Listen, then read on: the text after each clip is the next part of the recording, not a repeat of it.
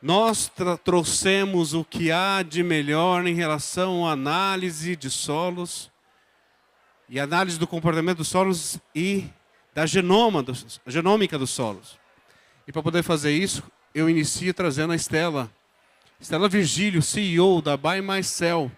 Mas, não vou dizer que é startup, porque na verdade é uma deep tech. Não é isso, Estela? Uma deep tech de Ribeirão Preto. Obrigado, Estela, por favor. Também para compor o nosso painel, eu trago um grande amigo nosso, já um sócio, o Oswaldo, por favor. Oswaldo, vem para cá. Oswaldo Junqueira Franco, da Cropman. Obrigado. E também mais um projeto sensacional, que a gente já conhece há um tempão. Ali está escrito B4A, mas é Biome for All, do Robert de Freitas, que veio especialmente para poder nos emprestar conhecimento a respeito de solos. Eu peço licença aos senhores, rapazes, e a gente começa com a doutora Estela Virgílio, da Buy My Sell. Olá, pessoal. Boa tarde. Primeiramente, agradeço muito ao convite. É um lugar muito especial, minha primeira vez aqui na feira, na Agro Brasília. Então, é um momento de discussão, de conexão, tanto com produtores rurais, consultores agrícolas, empresas, para falar de algo que é muito importante, como analisar, melhorar, medir a qualidade de um solo. Então, eu sou a Estela Virgílio, sou sócia e proprietária, cofundadora da Buy My Sell, deixo aqui os meus contatos. E a gente vai falar um pouquinho das tecnologias que nós temos hoje para o agro, principalmente voltado à identificação dos micro-organismos de maneira certeira. Então, nós temos tecnologias aplicadas tanto a amostras de solo, amostras de outras partes da planta. Podemos verificar a folha, fruto, semente. Temos também a capacidade de fazer a identificação assertiva dos micro-organismos através de uma placa de Petri ou através de uma cultura já estabelecida. Temos também a possibilidade de identificar os micro-organismos que estão a partir de amostras, por exemplo, de pecuária, de rumen, de seco, de fezes, e tudo isso na palma da mão. Então, hoje, as tecnologias do agro voltadas à genômica permitem a identificação e a mensuração desses micro-organismos que estão presentes nessa amostra. E por que fazer a avaliação, então, do solo?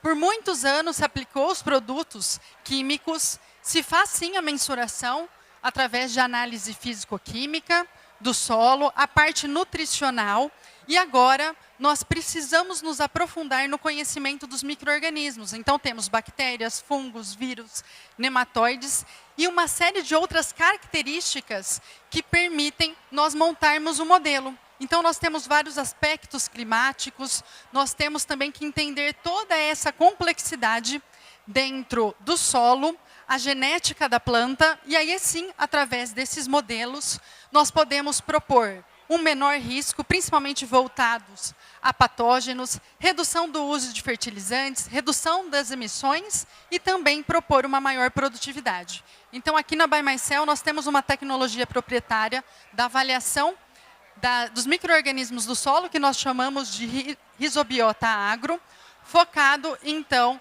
numa maneira mais assertiva na identificação e mensuração desses micro-organismos. Então, considerando uma planta, nós temos em 1 grama de solo mais de 300 mil espécies de bactérias e fungos, ou seja, temos uma complexidade muito grande. Nós temos um ambiente muito complexo de micro-organismos que muitas vezes não são explorados. Então, dentro dessa nossa tecnologia de análise de solo, Rizobiota, nós conseguimos identificar mais de 40 micro-organismos benéficos, 140 micro-organismos patogênicos. E o porquê isso? Para que a gente possa direcionar, então, o manejo, melhorar a produtividade e ter um maior conhecimento das nossas áreas, junto com outras tecnologias do solo. Então, se mantém o uso de físico-químico, das análises físico-químicas. Agora, nós temos outras tecnologias satelitais, a parte microbiológica, para compor, então, assim, um ambiente mais completo. Então, a agricultura ela é bastante desafiante. nós temos mais de 40% de custos com fertilizantes, 10% de custos com fungicidas e temos perdas muito grandes, em torno de 20% de doenças fúngicas e mais de 10% de perdas por nematóides. Então, saber quais são esses micro-organismos que estão tanto no solo quanto em outras partes da planta é importante para um direcionamento. Então, aqui, nós criamos a melhor plataforma de análise de solo e nessa plataforma permite a identificação de ameaças microbiológicas do solo. A plataforma, ela apresenta o potencial metabólico presente no solo, através dos micro-organismos que estão ali, micro-organismos benéficos, patogênicos, os nematóides, macro e micronutrientes e também a parte de granulometria. E como que a gente faz isso? Entrando em contato com o cliente, fazemos uma avaliação da área. Então, nós temos aqui áreas de baixa e alta produtividade. Também pode ser direcionado através de diferentes zonas de manejo ou tratamentos com produtos biológicos. Então, nós temos aqui os dados de produtividade, coordenadas específicas daquela área. Então, direcionamos para quantas amostras e quais locais devem ser feitas as coletas. Recebemos essas amostras de solo em laboratório. Fazemos todo o processamento direcionado e genético para a obtenção daquele DNA, mensuração daquele DNA, identificação dos micro-organismos, apresentamos um laudo técnico com todas essas características e a porcentagem dos micro-organismos presentes. E depois, junto com o produtor, o consultor agrícola, as empresas voltadas à tecnologia para o campo, nós conseguimos fazer, então, uma mensuração e uma identificação mais direcionada desses micro-organismos para que juntos podemos pensar, então, numa recomendação direcionada ao manejo. Mas como que isso pode ser, de fato, mensurado? Então, eu trouxe aqui para vocês 4 cases de sucesso, onde a avaliação microbiológica ela foi muito importante para a tomada de decisão. Então, nós temos aqui o produtor Paulo, que é um produtor que atua junto a outros produtores do Senar e junto numa produção de tomate, ele atuando no Senar com um produtor, ele sabia que tinha um problema de nematóide. Nós fizemos a identificação desses nematóides e ele encontrou um nematóide alvo.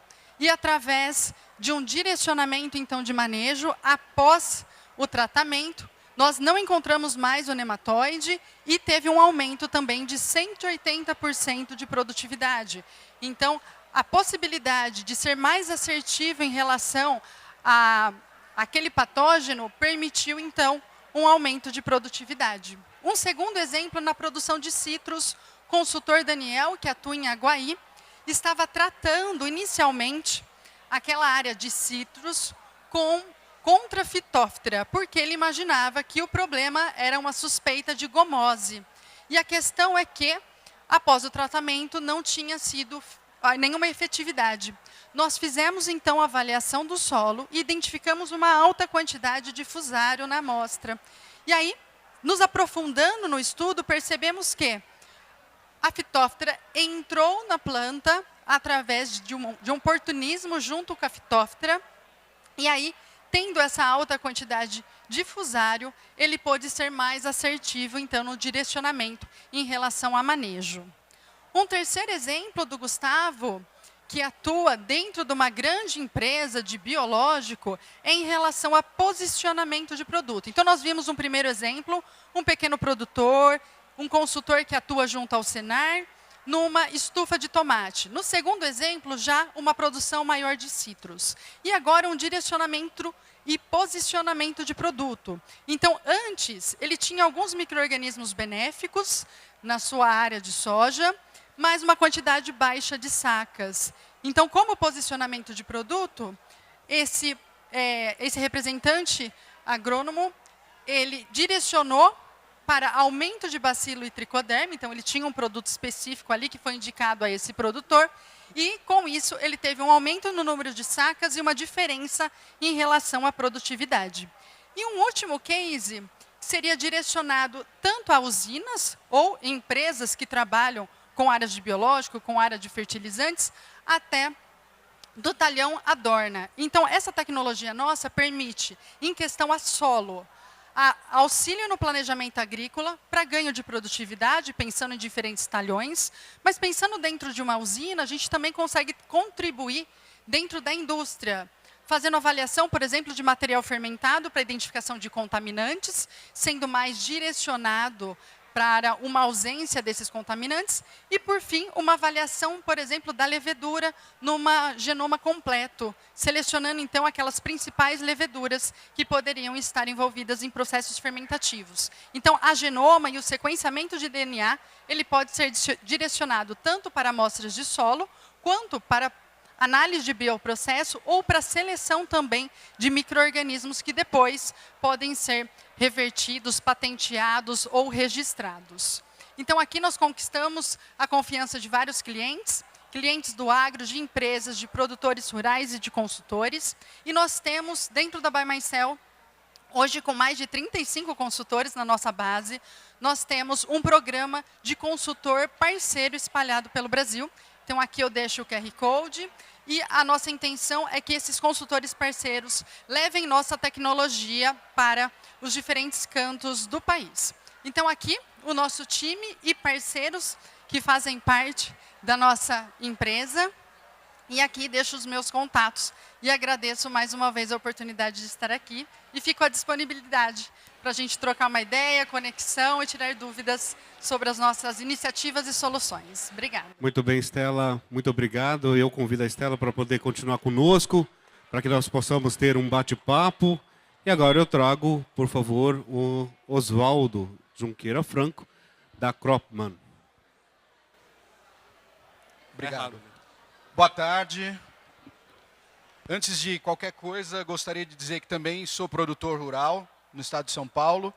Temos na empresa produtores rurais de grãos, também no Mato Grosso do Sul. Então, acho que veio muito a calhar o convite e as presenças do painel tem muita complementariedade aqui. Vou mostrar para vocês. Vamos falar sobre aumento... Para onde aponto?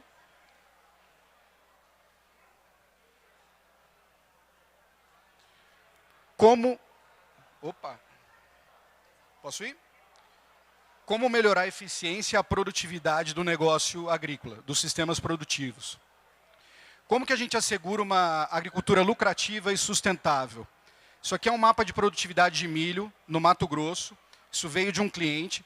E a gente vê que a gente tem, num mesmo talhão, regiões de boa produtividade e outras regiões de produtividade muito baixa. O que isso está me dizendo? Que num mesmo talhão, geralmente eu tenho a mesma planta e tenho as mesmas condições de clima. Então, é o solo que é o fator determinante da produtividade potencial do sistema produtivo. Disso, a gente deriva o seguinte. Se eu conhecer o meu solo, eu vou poder direcionar manejos e, portanto, vou ter maior eficiência agronômica para eu buscar esta produtividade. Já que o que determina a produtividade é a eficiência agronômica. Nós, na Cropman, somos especialistas no entendimento da variabilidade espacial dos solos. Nenhum solo é homogêneo, nenhum talhão é homogêneo. E eu vou provar aqui para vocês. Nós temos dois tipos de solo, e um dos atributos aqui muito parecido, que é o teor de argila. E aí, geralmente, a gente pensa, esses solos são iguais. E, na verdade, olha o que aconteceu com a produtividade da cana nesses dois tipos de solo. Uma diferença significativa em decorrência de uma diferença na disponibilidade de água para a cultura, em cada um dos tipos de solo. Então, a gente tem um outro fato. Se eu tenho solos diferentes dentro do talhão que eu marquei ali na fazenda, e eu manejo esses solos da mesma forma, eu estou sendo ineficiente. Eu não estou atendendo às necessidades de cada parcela do talhão. Então, a gente precisa mudar o paradigma. A gente buscou com as ferramentas da agricultura de precisão tradicional, entender o solo, aplicando os grids, fazendo as coletas e mandando para o laboratório. O que eu vou apresentar aqui para vocês hoje é uma mudança de paradigma com ferramental digital, com a geração de um Big Data do talhão, uma mineração de dados feita por algoritmos de inteligência artificial, que são propriedade da Cropman, e que vão nos ajudar a identificar as manchas ou as zonas de manejo.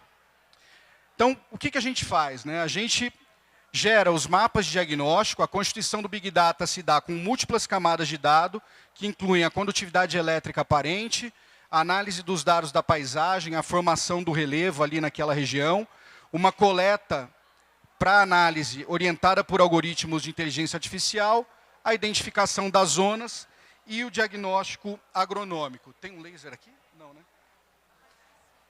Não? Percebam o seguinte, esta área aqui onde eu tive uma condutividade aparentemente homogênea, olha quantos pontos ela me gerou e olha quantas zonas existem ali do solo. Então, a gente diz que não é passar sensor de condutividade elétrica. O pulo do gato está na nossa capacidade de processamento. E o que nos diferencia? Sensoriamento proximal e remoto, Big Data e computação em nuvem, como falei, os algoritmos de inteligência artificial, análise de múltiplas camadas de dados e modelagem preditiva de dados, a plataforma digital e os mapas de aplicação. Então, das zonas de manejo, nós vamos derivar os mapas digitais já para plugar direto na máquina, para fazer as aplicações dos diferentes insumos. Tudo isso acessível através da plataforma que a gente tem, que se conecta com outras plataformas. E aí, só para ilustrar a operação de campo, esse trator está trabalhando com um mapa de zonas de manejo nosso. Ele está fazendo a aplicação de sementes e fertilizantes a taxa variada, trabalhando a 60% da potência do motor, então com eficiência energética. Quando a gente fala de eficiência, é importante frisar isso. Não está só na economia, no uso do insumo. Ela transborda para outras coisas, como, por exemplo, eficiência energética através da redução do número de operações agrícolas. Então, só mostrar para vocês ali o implemento, que vai acontecer agora. Aqui, como é que a gente faz esse sensoriamento proximal, né? Para levantar esse mapa de condutividade elétrica? A gente transita na área com esse sensor, que emite 5 pulsos eletromagnéticos por segundo, em 4 profundidades, com leitura do perfil do solo até 1 metro de profundidade. Então, a nossa tecnologia ela é completamente diferente de uma tecnologia de sensoriamento remoto feito por satélite. A gente sobe esses dados para a nuvem, a gente analisa o relevo, como eu falei, a gente coleta, analisa, e aí um segundo algoritmo proprietário da Cropman faz a clusterização, ou seja, a identificação das zonas, com os diagnósticos dos atributos físicos, químicos, o potencial do solo e da acidez, de onde a gente vai derivar com muito mais precisão as aplicações dos insumos. Então, isso aqui nada mais é, gente, do que um arroz com feijão bem feito, utilizando o que a gente tem de melhor de tecnologia hoje para fazer correção e nutrição. E aí, o que a gente faz? E por isso que vem a calhar nós estarmos juntos no mesmo painel. Quantificação de carbono, a gente sabe, e foi falado mais cedo hoje da quantificação de carbono, o crédito de carbono hoje é barato, ele não paga o diagnóstico muitas vezes, então é importante que a gente ofereça para o produtor outras soluções como essas, agronômicas, para que junto eu tire o diagnóstico do carbono e ele tenha interesse em fazer essa mensuração. E aqui esse mapa de diagnóstico, para complementar o que a Estela falou, é um mapa da ByMyCell. E aqui a gente vê claramente, né, nas zonas de manejo em vermelho, uma infestação de Fusarium. Então, o que ela falou na apresentação dela, a gente complementa espacializando essa informação de maneira que o produtor, ao olhar para o shape da propriedade dele, ele já saiba onde é que está o problema e onde é que ele tem que atuar. Neste caso aqui, ele precisa combater essas infestações nas regiões em vermelho. Isso é um caso real. A gente também faz diagnósticos de compactação de solo. Então, aqui a gente tem um caso real lá no Mato Grosso, argila variando de 30% a 60%. E eu sempre pergunto onde é que vocês acham que estava a compactação, né? Mas eu vou ter que dar o spoiler por causa do tempo. A gente diagnosticou que com 18 centímetros de profundidade, eu tinha compactação nessas regiões em marrom. Então, qual foi a tomada de decisão do cliente? Eu não vou preparar 75% do talhão e eu vou preparar 25% na areia, onde eu tenho uma produtividade mais baixa por questões de fertilidade e onde foi diagnosticado a compactação. E aí, como já falei para vocês, a gente faz o sensoriamento, tem todo aquele processo de levantamento do Big Data para poder gerar subsídio para esse diagnóstico. E aí, qual foi o resultado obtido aqui no caso? O cliente conseguiu uma média de 3 sacas de soja a mais na região preparada na areia, em relação à média de todo o resto do talhão. Mas, mais do que isso, ele teve uma otimização do recurso maquinário e um melhor aproveitamento da janela de preparo, que é uma janela curta e complicada. Aqui alguns benefícios da nossa tecnologia, né, comparando agronomicamente. Provavelmente vocês estão familiarizados aqui com os mapas em grid e os seus famigerados olhos de peixe, que nada mais são do que resultados de interpolação matemática. E ali em cima os mapas de zona. E aí destes mapas de diagnóstico, a gente deriva os mapas de aplicação. Então o que a gente vê, o produtor geralmente diz que a agricultura de precisão em grid mancha as suas terras. E de fato isso acontece por deficiência da metodologia de diagnóstico, que era o que a gente tinha disponível até então. Hoje em dia, com o advento das ferramentas digitais, a gente identifica com muito mais precisão as manchas de solo, e aí a gente consegue direcionar os manejos, fazendo um uso muito mais eficiente dos insumos. E também os ganhos econômicos, importante frisar, né? É como se fosse um iPhone. A gente pega o telefone hoje, usa para falar no banco, para tirar foto, para WhatsApp, para acessar o Instagram. Então, a partir do momento que eu tenho um bom diagnóstico de solo, com precisão, de onde é que estão as manchas, e principalmente de onde é que está a transição entre elas, eu consigo direcionar para múltiplos usos, que vão desde corretivos e fertilizantes, até bioinsumos, herbicida pré-emergente, inseticida, se alguma fase do ciclo da praga acontece no solo. E, além disso, a gente também observa ganhos de produtividade, porque a partir do momento que eu começo a tratar cada pedaço do solo como ele tem que ser tratado, ele me responde com produtividade. Se simplesmente jogar insumo à vontade aumentasse a produtividade, a Mage, SLC, Schaeffer, esses caras tinham 400 sacos de soja por hectare hoje. Então, a gente percebe que não é por aí o caminho. A gente tem que buscar a produtividade de maneira eficiente, colocando a dose certa daquele determinado insumo no local correto. Aqui, só para ilustrar as zonas digitais, né, a gente desenvolveu múltiplas bases de dados próprias ao longo desses 6 anos de Cropman.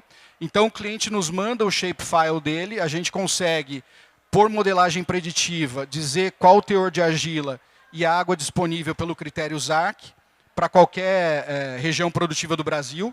E a gente coloca isso na esteira de processamento e a gente consegue extrair zonas digitais. A limitação dessas zonas aqui, em relação à ferramenta anterior, é que eu tenho mais de 100 data points por hectare, enquanto que na anterior eu tenho mais de 10 mil data points por hectare. Então, a gente está falando de precisão. Mas essa zona digital ela já me dá um uso agronômico direto, que é a distribuição de sementes a taxa variada por zona. E também aplicação de herbicida pré-emergente a taxa variada por zona. Então, uma ferramenta muito boa para quem está fazendo o grid, está descontente, não sabe se está obtendo ou não resultados com o grid que vem aplicando até hoje, ou está com as terras manchadas. A gente tem uma opção aqui que, complementada pela coleta, orientada pelos algoritmos que a gente tem inspirados na indústria do petróleo, a gente consegue entregar... Opa, passou. A gente consegue entregar um diagnóstico full para corretivos, fertilizantes, defensivos, bioinsumos, etc. Então, aqui só ilustrando a solução do plantio novamente, né, as zonas digitais, teor de argila, a distribuição de sementes de milho por hectare, e a gente também faz modelagens preditivas de clima. Então, quando a gente cruza dado de solo num modelo de clima, a gente deixa o modelo de clima muito mais preciso. E ali eu consigo dizer qual é a produtividade esperada, a condição de clima atual, e qual a janela ideal de plantio para cada uma das zonas identificadas pela metodologia digital. Aqui só para ilustrar, já estamos acabando, fico preocupado sempre com o tempo, só para ilustrar o funcionamento da nossa plataforma. É como se fosse um iFood, ela é pensada para se conectar com qualquer outra plataforma. O exemplo aqui é da John Deere, mas pode ser Case, pode ser New Holland, pode ser a GCO, pode ser Data Farm, FieldView. Você vai ter dentro da nossa plataforma todos os mapas, né? A gente vai ver aqui a apostila com os entregáveis, que geralmente o produtor quer ver. E logo em seguida, os mapas de diagnóstico, sempre com cores de um semáforo. Então, ao bater o olho, eu já sei para onde eu preciso direcionar os meus esforços. Aqui a gente está entrando nos mapas digitais. Então, alumínio. Esse eu não consegui enxergar. Vou tentar alguns. Matéria orgânica, argila. Não consegui também. pH.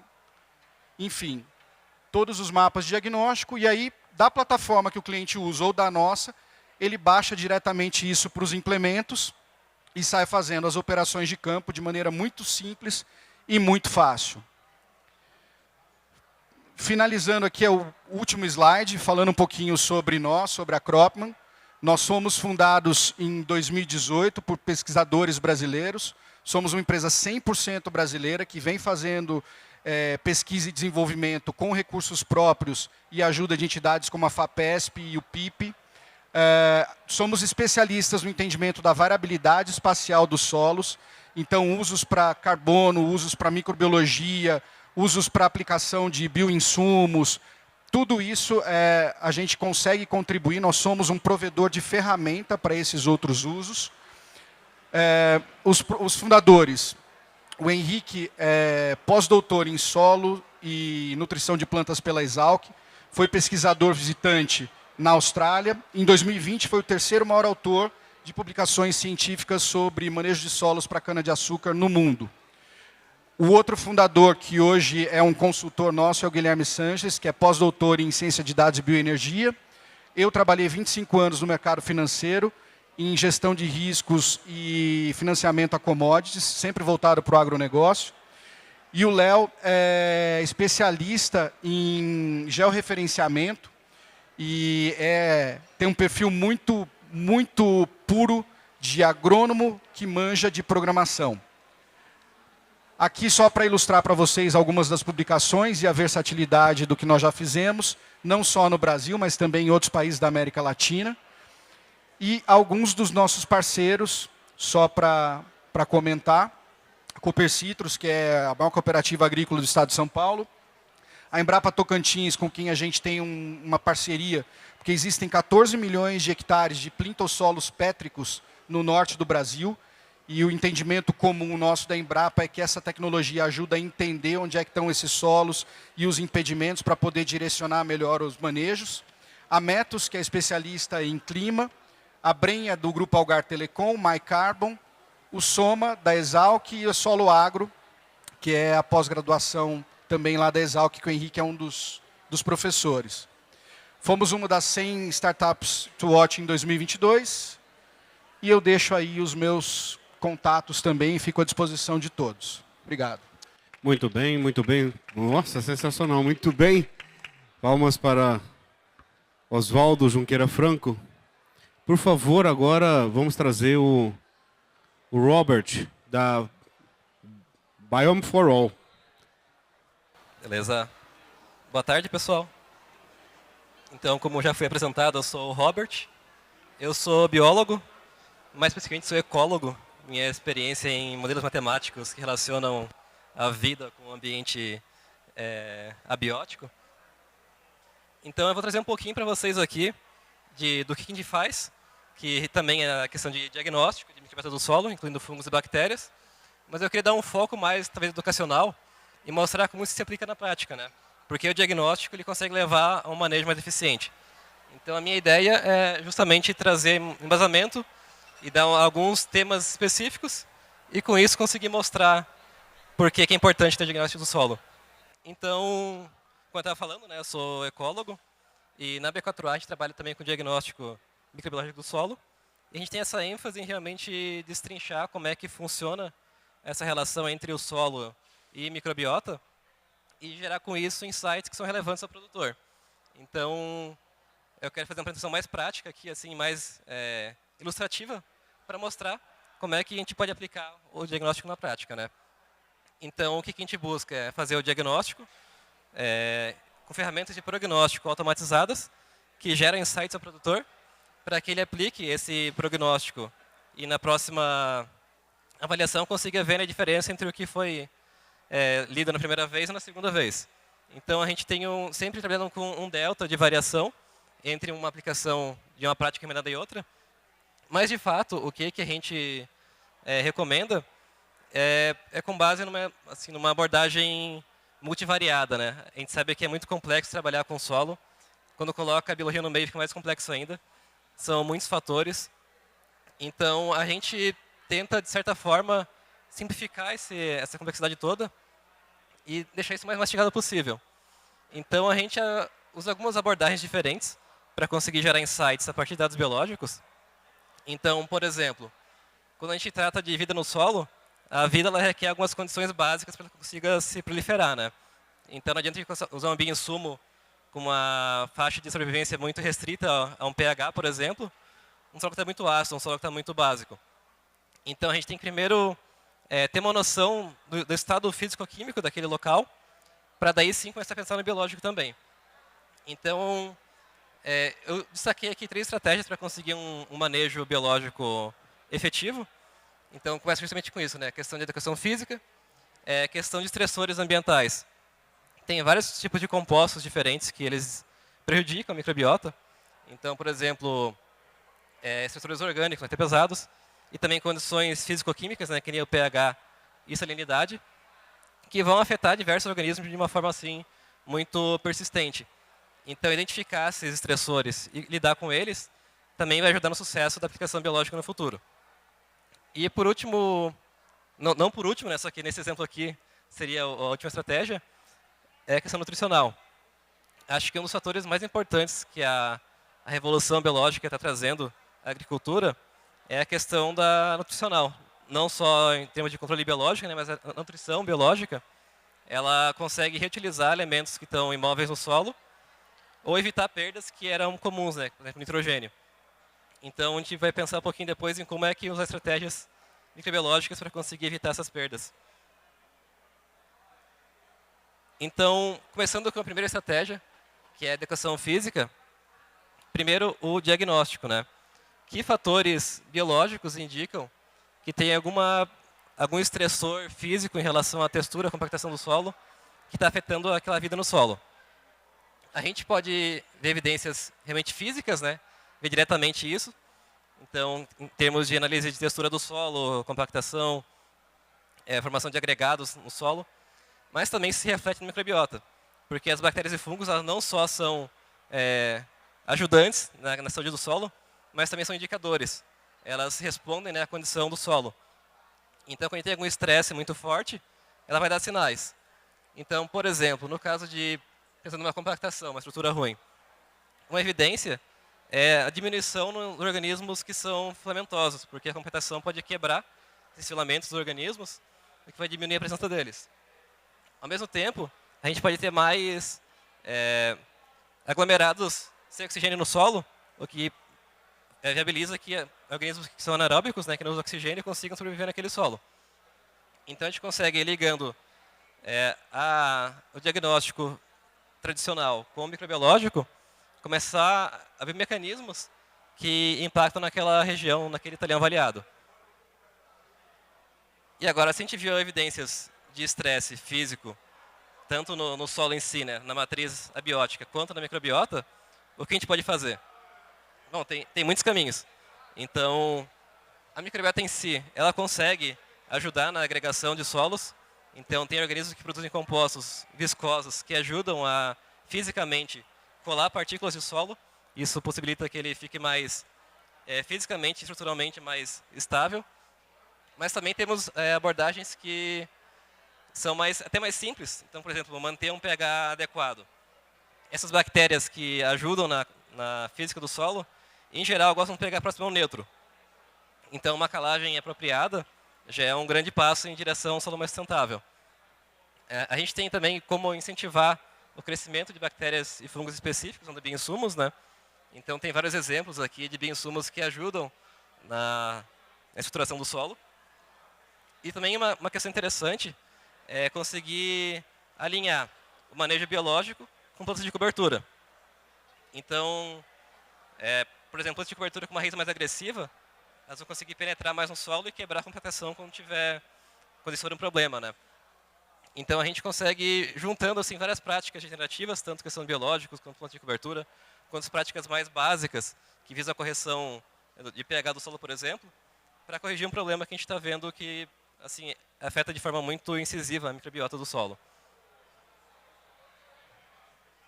Vamos ver outro exemplo, né? Uma segunda estratégia de manutenção de saúde do solo. Questão de estressores. Eu coloquei aqui 4 tipos de estressores. Então, tanto estressores que têm relação com o clima, quanto com a composição do solo em si. Então, por exemplo, em termos de seca, a gente pode ver a proliferação de algumas bactérias específicas, que elas resistem de secação. Então, elas podem passar muito tempo ali no solo dormente, sem ter nenhuma... sem morrer de fato, elas ficam só dormindo até que tenha uma condição mais propícia para elas. Em termos de... Quando tem alagamento, a gente pode, de novo, criar zonas anaeróbicas no solo.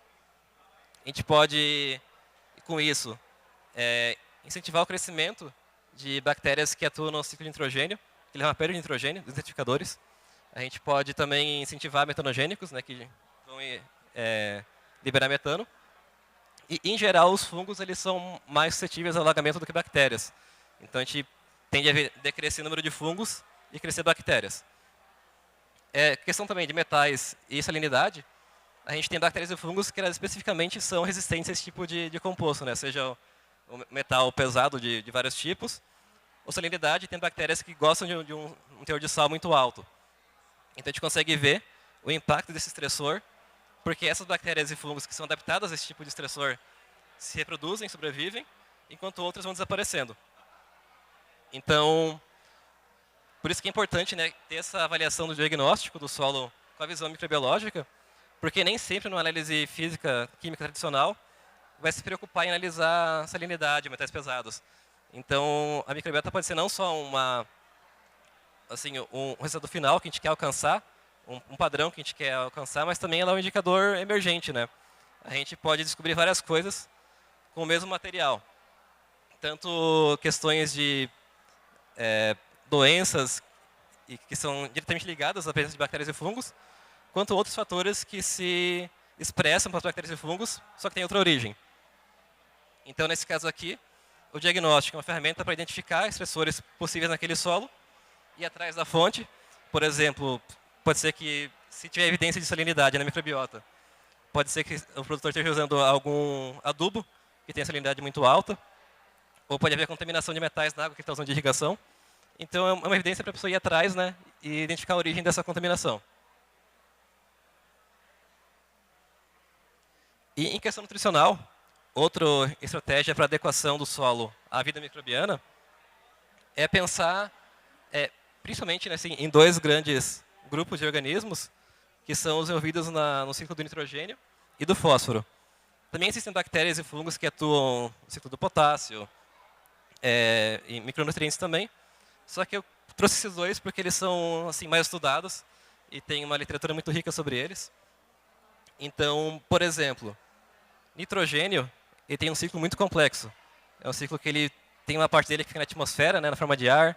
Ele entra no solo a partir de algumas bactérias que fixam nitrogênio. O solo se transforma de várias formas diferentes. Algumas transformações elas são benéficas, porque disponibilizam para a planta esse nitrogênio. Algumas levam à lixiviação, que transforma o nitrogênio em uma forma mais volátil, né, que é facilmente carregada para fora do solo. Então, a gente vê quais bactérias que participam desses processos, é importante, para ver o que a gente pode alterar naquele solo para conseguir incentivar processos que são benéficos e inibir processos que são maléficos, né, que levam a perda de nitrogênio. Então, por exemplo, um processo que ele é desfavorável é desnitrificação. Desnitrificação vai gerar a perda do nitrogênio no final do processo, então a gente quer evitar isso. Só que a desnitrificação está muito acoplada à nitrificação, que é um processo que gera nitrato, que teoricamente a planta consegue utilizar, né? E muitas bactérias fazem os 2. Então, a gente consegue identificar exatamente quais bactérias são presentes, a gente consegue definir um alvo do que a gente tem que tratar naquele solo. Então, por exemplo, a gente tendo muito desertificação ocorrendo num solo, essas bactérias desertificadoras, a gente consegue adotar algumas formas de manejo, como, por exemplo, diminuir o uso de nitrogênio sintético. Ele ajuda a controlar esse tipo de bactéria. Só que acho que mais interessante é o efeito antagonístico que alguns bioinsumos têm com essas bactérias que são desertificadoras. Então, a gente pode usar um tricoderma para um controle de um patógeno, por exemplo, só que, ao mesmo tempo, ele vai ajudar no nitrogênio também. Então, essas relações assim, essas relações não lineares, né, entre bactérias e fungos, elas são muito comuns de ocorrerem quando a gente pensa em microbiologia. Só que, além disso, a gente pode usar fertilizantes minerais com base em zeólitos, que também vai ajudar no controle dessa forma de nitrogênio. Só que também acho que uma coisa que é bastante interessante é que tem plantas de cobertura, por exemplo, a braquiária, que elas especificamente inibem as bactérias que levam a perder nitrogênio. Então, a gente consegue ter, de novo, né, associando plantas de cobertura com o manejo biológico do solo, a gente consegue amplificar os resultados. E mesma coisa em relação ao fósforo, né? No fósforo não tem um ciclo tão complexo assim, que tem várias fases entre atmosfera e solo. Só que o fósforo tem uma questão interessante, é que a gente tem um depósito muito rico de fósforo nos nossos solos, que está indisponível para a planta, né? Então as bactérias têm um papel de conseguir redisponibilizar isso. Então, a gente também consegue seguir alguns passos simples. De novo, pH equilibrado, sempre importante quando se trata de bactérias e fungos. Utilizar alguns bioinsumos específicos, mas só que acho que uma coisa interessante também é a aplicação direta de ácidos orgânicos. Ácido oxálico, por exemplo. Hoje já se tem no Brasil empresas que vendem esses ácidos já purificados, né? A gente consegue aplicar isso direto no solo. Então a gente vê que vem crescendo no Brasil assim a indústria de insumos, não só bioinsumos, mas também insumos derivados de biológicos, ou até insumos inspirados por biológicos, né? Que têm papéis diferentes no solo que conseguem complementar o manejo tradicional. Então aqui foram só alguns exemplos práticos de manejo associado ao diagnóstico da microbiota do solo. Mas acho que no fim o que a gente quer construir para o solo é um legado positivo. A gente não quer olhar para o solo só no momento, né? Mas construir um solo para que daqui a anos ele seja produtivo, sem risco de quebra de produtividade. E isso se dá em várias dimensões. Então, a dimensão estrutural mais básica do solo, que é a dimensão física, né? A gente tem uma estrutura física adequada. Então, por exemplo, manter um perfil de solo usando plantas de cobertura variadas ao longo do processo, né, ao longo do ciclo, sem deixar descoberto o solo, né, evitar a exposição do solo ao sol. A gente consegue manter esse perfil estruturado e que vai gerar um legado, né, que se manter ao longo do tempo e que deixa mais estável a produção daquele solo. Mas também temos os legados moleculares, né, que são os legados de quais compostos estão naquele solo. Então, se a gente tem um legado de uso intensivo de herbicidas, eles vão persistir por um tempo lá, né? Por mais que o herbicida seja degradado depois de alguns meses, talvez, o impacto dele vai ficar no solo por um bom tempo. Então, a gente tem que ter noção de todas as dimensões que estão englobando aquele solo. E por último, até colocando aqui como assim, o legado não é mais importante, só que ele é mais derivado, né, que ele depende de outros legados, é o ecológico, o biológico. E a gente pode ver até algumas discussões em relação, por exemplo, ao plantio direto, né, o sistema plantio direto. Uma ideia que se tinha antigamente para plantio direto é que em alguma hora tem que fazer meio que um reset do solo biológico. Que ia se acumular muito patógeno no solo e ter que fumigar o solo para conseguir retornar o cultivo depois. Hoje em dia, acho que não é muito mais, não se tem mais essa impressão, né, do que o plantio direto precisa disso. Só que realmente tem assim, a construção de um legado do solo. A gente pode ter acúmulo de patógenos no solo, como também pode ter acúmulo de bactérias benéficas. E acho que é importante também colocar aqui a questão do carbono, né? Como é que o carbono contribui para... como é que o solo contribui para a sequência de carbono? Tem bactérias que elas conseguem, diretamente conseguem sequestrar carbono, elas fixam carbono. Só que, em geral, o carbono fixado por bactérias não é tão grande quanto o de plantas, né? Então, não é assim uma porção expressiva desse cálculo. O que realmente importa é que bactérias e fungos conseguem estocar carbono no solo. Conseguem pegar matéria orgânica simples, que a planta produz, açúcar, e transformar em compostos mais recalcitrantes. Vão ficar por um longo período no solo. Então, uma construção de um legado ecológico, um legado biológico, é justamente pegar, por exemplo, a complexidade de carbono no solo, que se constrói ao longo do tempo, por meio de bactérias e fungos. Então, enfim, eu queria trazer várias dimensões aqui que a gente pode explorar em termos de ecologia do solo, que tem relação com microbiologia. E isso tudo, só para fechar, como é que a gente analisa isso, né? A gente identifica quais bactérias e fungos estão presentes, vê as funções que elas representam. Então, se elas são bactérias que elas têm fosfatase, têm nitrogenase, quais enzimas estão presentes, quais não estão. A gente faz meio que uma identificação do papel de cada bactéria e fungo no solo. E com isso a gente monta uma matriz de relação entre funções e serviços ecossistêmicos daquele solo. E conseguimos relacionar isso com bancos locais para cada região do Brasil, para comparar se esse perfil funcional ele tem uma boa... como é que eu posso dizer? Se ele tem uma adequação àquela região, né? Ou se ele está abaixo da média regional, acima da média regional. Isso de acordo com vários critérios que a gente estabelece com base em bancos públicos referenciados. Muito bem. Enfim, esse é o nosso protocolo geral. Muito bem, obrigado. Obrigado, Robert. Robert da B4A. Por favor, eu gostaria que você pudesse ficar ali para a gente ter uma discussão mais profunda, né? E eu começo aqui para trazer uma pergunta, porque assim, em termos de como produtor rural, tá? Estou falando isso há 20 anos atrás, né? Eu herdei uma fazenda da minha família, do meu pai, e na época o que a gente apenas fazia era a captação de superficial de os solos, algumas amostras, e fazia de uma forma bem homogênea a aplicação de insumos agrícolas em detrimento daquelas amostras que colocaram. E vocês aqui falaram dos pilares, né? Dos pilares, todos vocês falaram a respeito desses pilares necessários para poder fazer uma boa construção, né, das estruturas da saúde do solo.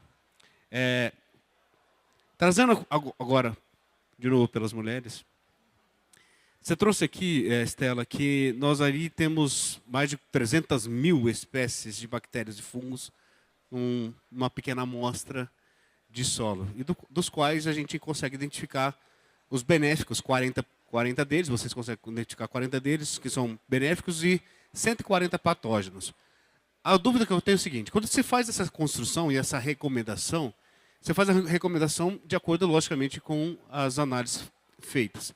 E fazendo essa consideração e esse bate-papo aqui com a Cropman, que faz isso quase que milimetricamente, traz um mapa, né? E aí você trouxe um mapa de uma composição muito bem estruturada ali para a gente. Como é feito essa... Eu, como produtor, eu penso o seguinte: eu tenho que ser eficiente tanto no receituário agronômico quanto nas aplicações. Como é que é feita as aplicações? Elas são diversas, ou seja, eu faço a aplicação dos insumos químicos primeiro e depois os biológicos. Isso é feito em conjunto. Tenta vocês dois me explicar isso aí, porque, como eu estou te falei, 20 anos atrás a gente fazendo algumas amostras e aplicava de um jeito só. Hoje, por conta da agricultura direta, né, do plantio direto, e por conta dessa aplicação variável, a gente tem essa possibilidade. Mas olhando para os dois, e aí? Como é que eu faço essa correção, olhando essas questões biológicas e as correções químicas? Eu vou começar aqui como produtor, tá? Vou falar com base na experiência ali do que a gente faz. E vou começar com uma comparação. Qual a principal riqueza do produtor? Você, como produtor... É o ativo que é o solo. É o solo. Então, assim, e qual que é a maior riqueza do ser humano? É a saúde. Então, se você tem um problema com a sua saúde, o que acontece? Com a sua ou de alguém da sua família, você sobe no primeiro avião, vai para São Paulo, entra no Sírio-Libanês, que é o melhor diagnóstico, o melhor tratamento e o melhor resultado. Com o solo, que é a sua riqueza, a riqueza do teu negócio, que vai assegurar a perpetuação, a passagem para a próxima geração, você também deveria ter essa preocupação de qual é o melhor diagnóstico. Ponto de partida. Aí as aplicações serão várias. O que a gente fez lá? A gente também, a mesma coisa. Vem do meu pai, fazia coleta em grid, e aí vê, mas essa cana aqui não está produzindo, e lá para piorar ainda, a gente só tem ambiente de produção C e D, não tem A e B. Então, é sofrido. Cana sequeiro. A gente aplicou o ferramental da Cropman inteiro, e aí a gente começou a fazer as correções. Então, a gente partiu de correção de acidez, foi muito bem colocado pelo Robert. A partir do momento que você não tem zona, você joga por talhão, e ainda, às vezes, você vê o cara jogando calcário, levanta aquela nuvem que parece que está pegando fogo.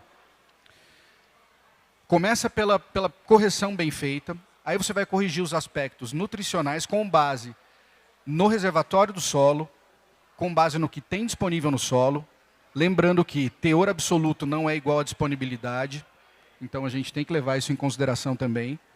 Aí você vai fazer uma nutrição bem feita, e aí a gente entra na seara que eu acho que o Robert vai gostar, que é da vida, né? Qualquer um de nós, hoje eu estou meio baleado. Eu não estava com o meu fisiológico muito bom, então eu peguei uma infecção. Para mim, qualquer planta é a mesma coisa. Eu brigo com o pessoal de citros, porque os caras ficam estudando bactéria, xilela fastidiosa, e o que acontece, não sei o quê, e ninguém está olhando para o solo. Então, se está mal nutrido, se está mal corrigido, é razoável supor, como curioso que sou, que talvez eu esteja abrindo uma porta de entrada para aquele tipo de infecção. Então, concluindo a questão, eu acho que é um caminho. O primeiro passo é você chegar à conclusão que você precisa de um bom diagnóstico. Você tendo um bom diagnóstico, você tem que fazer as ações básicas que hoje a gente não faz, falando como produtor. A gente não adianta aplicar um grid 1 para 1 lá e achar que você está fazendo uma boa calagem, uma boa distribuição de fertilizantes. Não está. Tem a questão das fontes, tem a questão dos biofertilizantes, que também ajudam na construção do solo. E aí a gente vai evoluindo para chegar, de fato, olha, agora vamos fazer uma análise da microbiologia, vamos fazer uma análise dos patógenos. O caso que você mostrou do Fusarium, eu achei super interessante. É um caso de infestação que a gente tem, mas como é cana, não é tão grave. E o tricoderma também, que vocês mostraram, a gente fez reposição nas áreas onde tinha falta. Mas antes de fazer tudo isso, a gente partiu do diagnóstico. A gente identificou a zona, a gente passou a tratar por zona, a gente começou a medir produtividade por zona, etc, etc, etc. Então, por isso que eu acho que tem uma complementariedade muito boa. E eu acho que muitas vezes não adianta a gente chegar com uma mega solução e não ter aplicabilidade, né? A gente precisa pegar o produtor muitas vezes pela mão e ir junto com ele construindo esse caminho para a gente chegar no ponto onde o diagnóstico seja claríssimo e as ações que vão derivar dele, que serão as ações de manejo, sejam as mais eficientes possíveis. E complementando aqui, hoje a gente tem uma ausência, muitas vezes, de conhecimento do controle, do zero.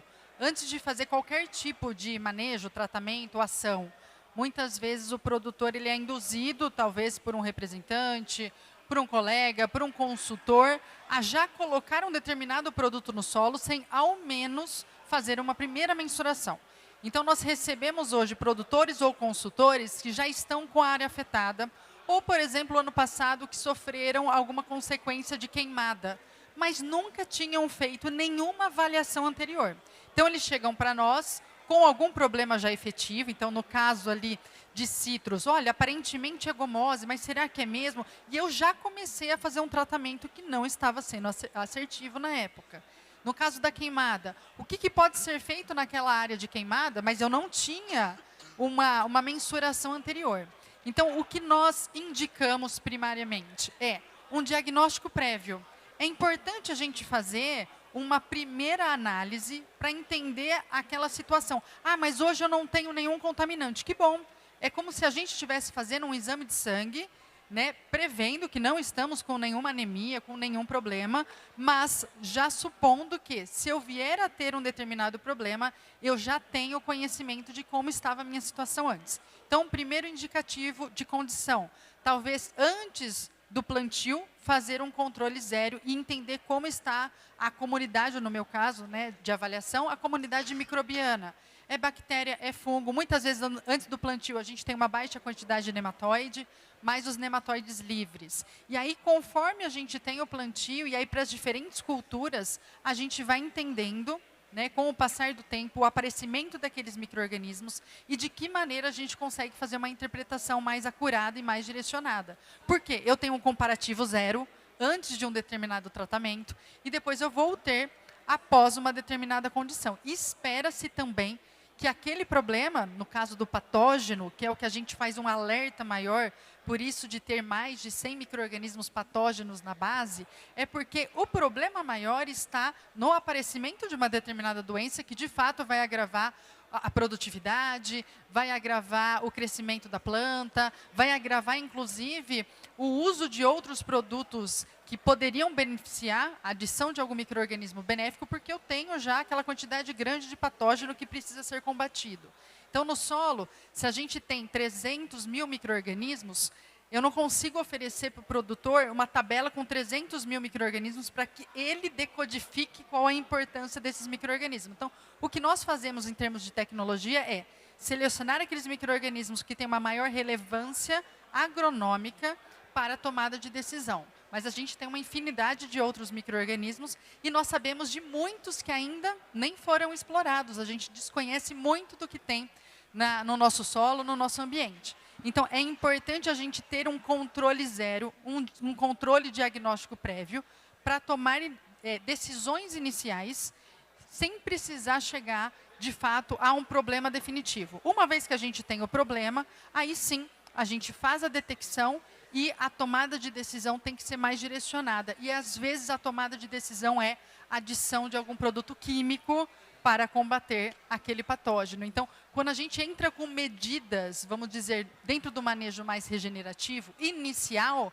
essa tomada de decisão, ela é mais assertiva no combate do micro-organismo. Pensando, gente, que isso é uma avaliação viva. Não significa que a gente vai tomar uma decisão hoje e amanhã a gente vai avaliar e está tudo maravilhoso. Os micro-organismos vão ali brigar entre eles, eles estão na mesma comunidade. Por mais que você tenha micro-organismos benéficos, você sabe que a adição de muitos daqueles benéficos, precisamos entender qual é a consequência disso. Eu falo que é mais importante a gente ter um pouquinho de cada coisa ali para compor uma diversidade microbiana do que eu ter um único exemplar de algo que é benéfico, mas se ele está sozinho, ele não consegue, né, chegar a um manejo direcionado. Sobre a taxa variável de aplicação, espera-se que se consiga uma homogeneidade nas condições do solo, né? Pensando nos químicos, pensando no NPK e outros dados, né, de acidez e tal.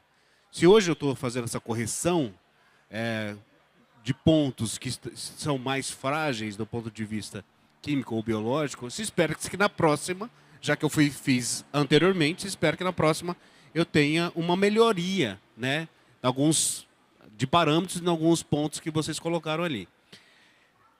E aí, o reflexo é a produtividade, né, o quanto se consegue produzir.